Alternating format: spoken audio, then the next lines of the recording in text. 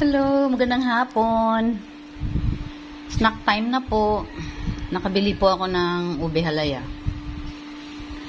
Doon po sa church namin. Ayan po, ang sarap. Okay, slice ako Here ko.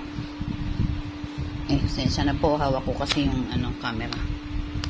Ayan Kamayin ko na yung nasa kutsara ko po Ayan, sausaw dyan. Konting sausaw sa cheese kasi baka yung iba ayaw ng cheese kaya hiniwalay po yung cheese. Ayan Ayan. Ayan po siya, ube halaya. Nakabalot pa po ng plastic yan. May kasamang cheese. Ito po yung isang. Bali, 3 po yung binili ko. Kain po tayo.